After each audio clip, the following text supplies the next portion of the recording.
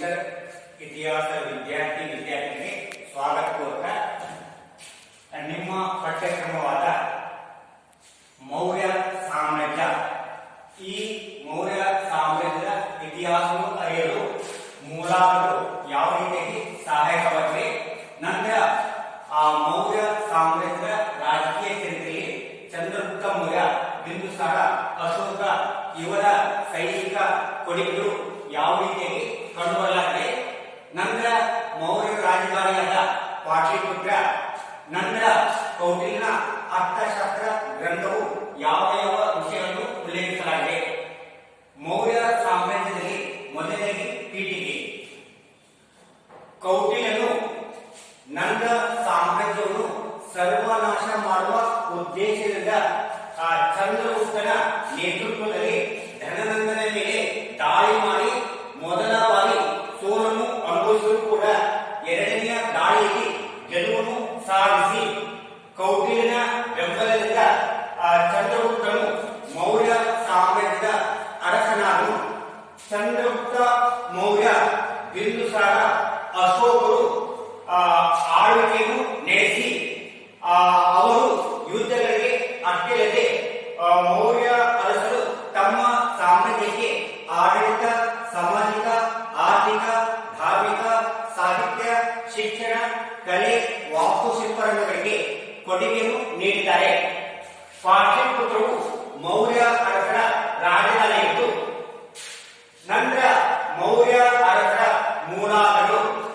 ಮೌರ್ಯ ಅರಸರ ಇತಿಹಾಸವನ್ನು ಅರಿಯಲು ಪುರಾತತ್ವ ಮೂಲಾಧಾರಗಳಾದ ಶಾಸನಗಳು, ನಾಣ್ಯಗಳು, ಸ್ಮಾರಕಗಳು ಸಹಾಯಕವಾಗಿ ಅಶೋಕನನ್ನು ಶಾಸನಗಳ ಪಿತಾಮಹನೆಂದು ಕರೆಯಲಾಗಿ ಅಶೋಕನ ಕಾಲದ ಶಾಸನಗಳು ಮತ್ತು ಇನ್ನಿತರ ಶಾಸನಗಳು ಮೌರ್ಯ ಅರಸರ ಇತಿಹಾಸವನ್ನು ಅರಿಯಲು ಸಹಾಯಕವಾಗಿದೆ. ಕೇವಲ ಪುರಾತತ್ವ ಮೂಲಾಧಾರಗಳು ಅಷ್ಟೇ ಅಲ್ಲದೆ ಸಾಹಿತ್ಯಿಕ ಮೂಲಾಧಾರಗಳಾದ ಕೌಟಿಲ್ಯನ ಅರ್ಥಶಾಸ್ತ್ರ ಗ್ರಂಥವು ಮೌರ್ಯ ಅರಸರ ಕಾಲದ ರಾಜಕೀಯದ ಬಗ್ಗೆ ತಿಳಿದುಕೊಳ್ಳಲು ಅನುಕೂಲವಾಗಿದೆ. ಅದೇ ರೀತಿಯಾಗಿ ವಿಶಾಖದತ್ತನ ಮುದ್ರಾಕ್ಷಸ ಮತ್ತು ದೇವಿಚಂದ್ರ ಗುಪ್ತನು ಮೌರ್ಯರ ಅರಸರ ಇತಿಹಾಸವನ್ನು ತಿಳಿದುಕೊಳ್ಳಲು ಅನುಕೂಲವಾಗಿದೆ. ಅದೇ ರೀತಿಯಾಗಿ ಮೇಘಾತನಿಸನ ಇಂಡಿಕಾ ಗ್ರಂಥವೂ ಕೂಡ ಮೌರ್ಯ ಅರಸರ ಇತಿಹಾಸವನ್ನು ತಿಳಿದುಕೊಳ್ಳಲು ಅನುಕೂಲವಾಗಿದೆ. ನಂತರ ಮೌರ್ಯ ಅರಸರ ರಾಜಕೀಯ ಚರಿತ್ರೆ. ಅದರಲ್ಲಿ ಪ್ರಥಮ ಮೌರ್ಯ ಅರಸರಾದ ಚಂದ್ರಗುಪ್ತ ಮೌರ್ಯನ ಜೀವನ, ಚಂದ್ರಗುಪ್ತ ಮೌರ್ಯನ ಸೈನಿಕ ಸಾಲೆಗಳು, ವ್ಯಕ್ತಿತ್ವ ಸಾಲೆಗಳು ಯಾವ ರೀತಿಯಾಗಿ ಕಂಡುಬರಲಾಗಿದೆ. ಚಂದ್ರಗುಪ್ತ ಮೌರ್ಯನಲ್ಲಿ ಮೊದಲಾಗಿ ಪೀಠಿಕೆ. ಈ ಹಿಂದೆ ತಿಳಿಸಿರುವಂತೆ ಕೌಟಿಲ್ಯನ ಬೆಂಬಲದಿಂದ ಚಂದ್ರಗುಪ್ತನು ಮೌರ್ಯ ಸಾಮ್ರಾಜ್ಯವನ್ನು ಸ್ಥಾಪಿಸಿದನು. ಚಂದ್ರಗುಪ್ತ ಮೌರ್ಯನು ಉತ್ತರ ಭಾರತ, ದಕ್ಷಿಣ ಭಾರತ ರಾಜ್ಯಗಳನ್ನು ಮತ್ತು ಹೊರ ದೇಶಗಳನ್ನು ಕೂಡ ತನ್ನ ಸಾರ್ವಭೌಮತ್ವಕ್ಕೆ ಒಳಪಡಿಸಿಕೊಂಡನು. ಚಂದ್ರಗುಪ್ತ ಮೌರ್ಯನು ತನ್ನ ಸಾಮ್ರಾಜ್ಯಕ್ಕೆ ಆಡಳಿತ, ಸಾಮಾಜಿಕ, ಆರ್ಥಿಕ, ಧಾರ್ಮಿಕ, ಸಾಹಿತ್ಯ, ಶಿಕ್ಷಣ, ಕಲೆ, ವಾಸ್ತುಶಿಲ್ಪರಂಗಗಳಿಗೆ ಕೊಡುಗೆಯನ್ನು ನೀಡಿದ್ದಾನೆ. ನಂತರ ಚಂದ್ರಗುಪ್ತ ಮೌರ್ಯನ ಜೀವನ. ಚಂದ್ರಗುಪ್ತ ಮೌರ್ಯನ ಜೀವನದ ಬಗ್ಗೆ ಇತಿಹಾಸಗಳಲ್ಲಿ ಒಮ್ಮತದ ಅಭಿಪ್ರಾಯಗಳ ಭಿನ್ನಾಭಿಪ್ರಾಯಗಳು ಕಂಡುಬರಲಾಗಿದೆ. ಚಂದ್ರಗುಪ್ತನು ಮೌರ್ಯ ಮಗನಾಗಿ, ಮುರಾಳ ಮಗನಾಗಿ ಜನಿಸಲಾಗದೆ ಎಂದು ಹೇಳಲಾಗಿದೆ. ಆ ಸಂದರ್ಭದಲ್ಲಿ ಚಂದ್ರಗುಪ್ತನ ತಾಯಿಯು ಮದುವೆಯಾಗದೆ ಇರುವುದರಿಂದ, ತುಂಬು ಗರ್ಭಿಣಿಯಾಗಿದ್ದರಿಂದ ಸಮಾಜಕ್ಕೆ ಜರುಗಿ ಆ ಮಗುವನ್ನು ನಿರ್ಜನ ಪ್ರದೇಶದಲ್ಲಿ ಮೂರಾಳು ಬಿಟ್ಟು ಹೋದಳು. ಆಗ ಚಂದ್ರ ಎಂಬ ಎತ್ತು ಈ ಮಗುವನ್ನು ಬದುಕಿಸಿತು. ಆ ಕಾರಣಕ್ಕಾಗಿ ಈ ಮಗುವಿಗೆ ಚಂದ್ರಗುಪ್ತ ಎಂಬ ಹೆಸರು ಬರಲು ಕಾರಣವಾಯಿತು. ನಂತರ ಈ ಮಗುವನ್ನು ಬೇಡನು ಸಾಕಿದನು.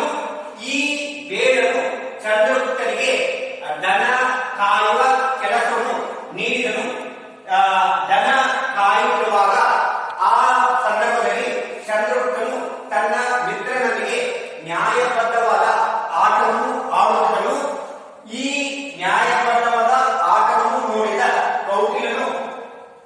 ಚಂದ್ರಗುಪ್ತನ ಪ್ರತಿಭೆಯು ಬುದ್ಧಿ ನಂತರ ಸಾಮ್ರಾಜ್ಯವನ್ನು ಸರ್ವನಾಶ ಮಾಡುವ ಪ್ರತಿಜ್ಞೆಯನ್ನು ಈಡೇರಿಸಿಕೊಳ್ಳುವ ಉದ್ದೇಶದಿಂದ ಕೌಟಿಲ್ಯನು ಬೇಡರಿಗೆ ಅಪಾರವಾದ ಹಣವನ್ನು ನೀಡಿ ಚಂದ್ರಗುಪ್ತನನ್ನು ಖರೀದಿ ಮಾಡಿದನು.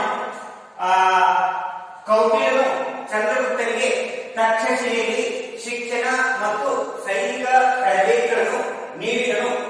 ಈ ತರಬೇತಿಗಳಲ್ಲಿ ಚಂದ್ರಗುಪ್ತನು ಪಾಂಡಿತ್ಯವನ್ನು ಸಾಧಿಸಿದನು.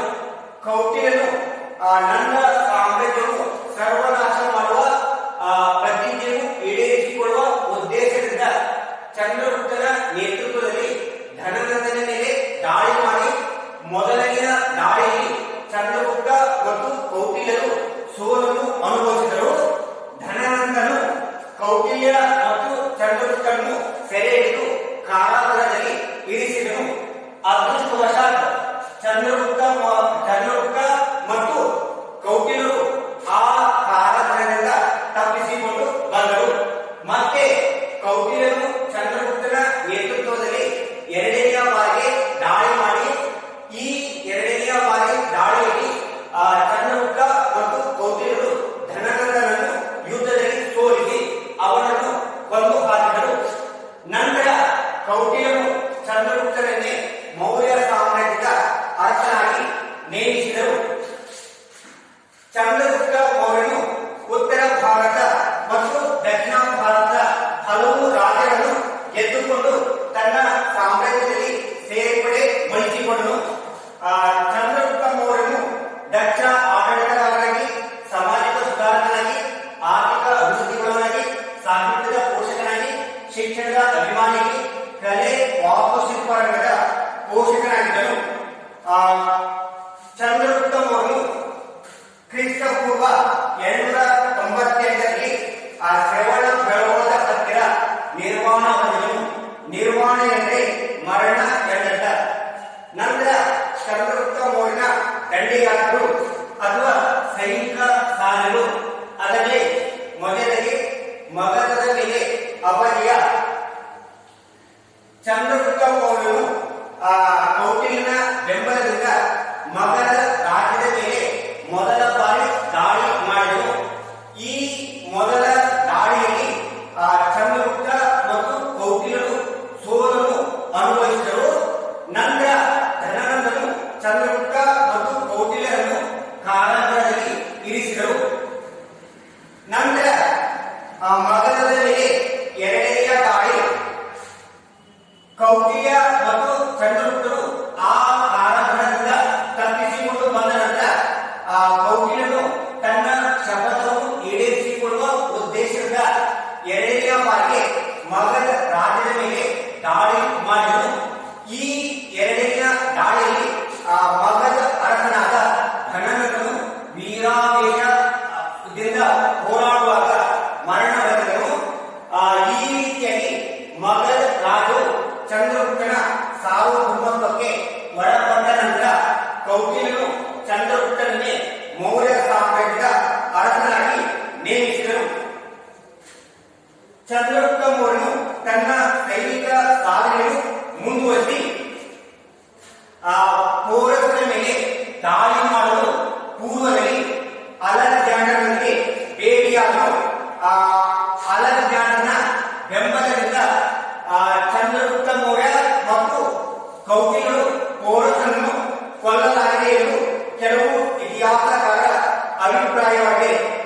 ನಂತರ ವಾಯುವ್ಯ ಗಡಿಗಳ ದಂಡೆಗಳು ಚಂದ್ರಗುಪ್ತ ಮೌರ್ಯನು ತನ್ನ ಸೈನಿಕ ಸಾಧನೆಯನ್ನು ಮುಂದುವರಿಸಿ ವಾಯುವ್ಯ ಗಡಿಯ ಪ್ರದೇಶಗಳ ಮೇಲೆ ದಾಳಿ ಮಾಡಿದ್ದು ಈ ವಾಯುವ್ಯ ಗಡಿಯ ಪ್ರದೇಶದ ಅರಸರನ್ನು ಸೋಲಿಸಿ ಆ ವಾಯುವ್ಯ ಗಡಿಯ ಪ್ರದೇಶಗಳನ್ನು ಗೆದ್ದುಕೊಂಡು ತನ್ನ ಸಾಮ್ರಾಜ್ಯದಲ್ಲಿ ಸೇರ್ಪಡೆಗೊಳಿಸಿಕೊಂಡನು. ಚಂದ್ರಗುಪ್ತ ಮೌರ್ಯನು ತನ್ನ ಸೈನಿಕ ಸಾಧನೆಯನ್ನು ಮುಂದುವರಿಸಿ ಸೆಲ್ಯೂಕಸರೊಂದಿಗೆ ಯುದ್ಧ ಕೈಗೊಳ್ಳಲು. ಚಂದ್ರಗುಪ್ತ ಮೌರ್ಯನು ಸೆಲ್ಯೂಕಸರೊಂದಿಗೆ ಹೋರಾಡುವಾಗ ಕೆಲವೊಂದು ಪ್ರದೇಶಗಳಲ್ಲಿ ಚಂದ್ರಗುಪ್ತ ಮೌರ್ಯನು ಗೆಲುವನ್ನು ಸಾಧಿಸಿ ಇನ್ನು ಕೆಲವೊಂದು ಪ್ರದೇಶಗಳಲ್ಲಿ ಸೆಲ್ಯೂಕಸರು ಗೆಲುವನ್ನು ಸಾಧಿಸಿದನು. ನಂತರ ಸೆಲ್ಯೂಕಸರಿಗೂ ಮತ್ತು ಚಂದ್ರಗುಪ್ತರ ನಡುವೆ ಒಪ್ಪಂದ ಜರುಗಲಾಯಿತು. ಆ ಒಪ್ಪಂದದ ಪ್ರಕಾರವಾಗಿ ಸೆಲ್ಯೂಕಸನು ಗಾಂಧಾರ, ಕಾಬೂಲ್, ಹಿರಾತ್, ಬಲೂಚಿ ಪ್ರದೇಶಗಳನ್ನು ಚಂದ್ರಗುಪ್ತ ಮೌರ್ಯನಿಗೆ ಬಿಟ್ಟುಕೊಟ್ಟನು. ಅಷ್ಟೇ ಸೆಲ್ಯೂಕಸನು ತನ್ನ ಮಗಳಾದ ಹೇಲನನ್ನು ಚಂದ್ರಗುಪ್ತನಿಗೆ ಕೊಟ್ಟು ಮದುವೆ ಮಾಡಿದನು. ಇದಕ್ಕೆ ಪ್ರತಿಯಾಗಿ ಚಂದ್ರಗುಪ್ತ ಮೌರ್ಯನು ಸೆಲ್ಯೂಕಸನಿಗೆ 500 ಆನೆಗಳನ್ನು ಮತ್ತು ಬೆಲೆ ಬಾಳುವ ವಸ್ತುಗಳನ್ನು ಸೆಲ್ಯೂಕಸನಿಗೆ ಕಾಣಿಕೆಯಾಗಿ ನೀಡಿದನು. ಚಂದ್ರಗುಪ್ತ ಮೌರ್ಯನು ತನ್ನ ಸೈನಿಕ ಸಾಧನೆಯನ್ನು ಮುಂದುವರಿಸಿ ಪಶ್ಚಿಮ ಭಾರತದ ಮೇಲೆ ಯುದ್ಧ ಕೈಗೊಂಡನು. ಚಂದ್ರಗುಪ್ತ ಮೌರ್ಯನು ಪಶ್ಚಿಮ ಭಾರತದ ಪ್ರದೇಶಗಳ ಮೇಲೆ ದಾಳಿ ಮಾಡಿ ಪಶ್ಚಿಮ ಭಾರತದ ರಾಜ್ಯಗಳನ್ನು ಗೆದ್ದುಕೊಂಡು ತನ್ನ ಸಾಮ್ರಾಜ್ಯದಲ್ಲಿ ಸೇರ್ಪಡೆಗೊಳಿಸಿಕೊಂಡನು. ಚಂದ್ರಗುಪ್ತ ಮೌರ್ಯನು ತನ್ನ ಸೈನಿಕ ಸಾಧನೆಯನ್ನು ಮುಂದುವರಿಸಿ ದಕ್ಷಿಣ ಭಾರತದ ಮೇಲೆ ದಾಳಿ ಮಾಡಿದನು.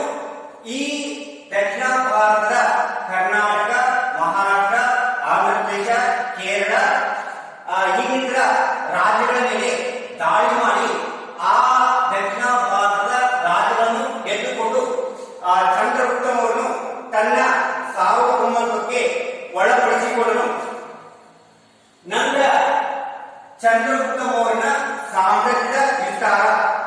ಚಂದ್ರಗುಪ್ತ ಮೌರ್ಯನು ತನ್ನ ಸಾಮ್ರಾಜ್ಯವನ್ನು ವಿಶಾಲವಾಗಿ ವಿಸ್ತರಿಸಿದನು.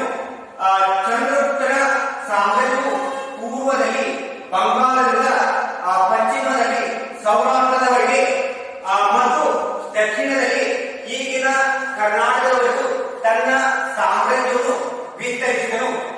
ನಂತರ ಕೊನೆಯಲ್ಲಿ ಮೌಲ್ಯಮಾಪನ ಅಥವಾ ಉಪಸವಾಡ. ಒಟ್ಟಿನಲ್ಲಿ ಹೇಳುವುದಾದರೆ ಚಂದ್ರಗುಪ್ತನು ಕೌಟಿಲ್ಯನ ಬೆಂಬಲದಿಂದ ಮೌರ್ಯ ಸಾಮ್ರಾಜ್ಯದ ಅರಸನಾದನು. ಚಂದ್ರಗುಪ್ತ ಮೌರ್ಯನ ಸೈನಿಕ ಸಾಧನೆಗಳು ಅಮೋಘವಾಗಿವೆ. ಚಂದ್ರಗುಪ್ತ ಮೌರ್ಯನು ತನ್ನ ಸಾಮ್ರಾಜ್ಯಕ್ಕೆ ಆಡಳಿತ, ಸಾಮಾಜಿಕ, ಆರ್ಥಿಕ, ಧಾರ್ಮಿಕ, ಸಾಹಿತ್ಯ, ಶಿಕ್ಷಣ, ಕಲೆ, ವಾಸ್ತುಶಿಲ್ಪಗಳಿಗೆ ಕೊಡುಗೆಯನ್ನು ನೀಡಿದ್ದಾನೆ. ಚಂದ್ರಗುಪ್ತ ಮೌರ್ಯನು ಮೌರ್ಯ ಸಾಮ್ರಾಜ್ಯದ ಪ್ರಪ್ರಥಮ ಅರಸನಾಗಿದ್ದಾನೆ. ನಾಳೆಯ ಕ್ಲಾಸ್ನಲ್ಲಿ ಬಿಂದುಸಾರ ಮತ್ತು ಅಶೋಕರ ಬಗ್ಗೆ ಬೋಧನೆ ಮಾಡಲಾಗುತ್ತದೆ.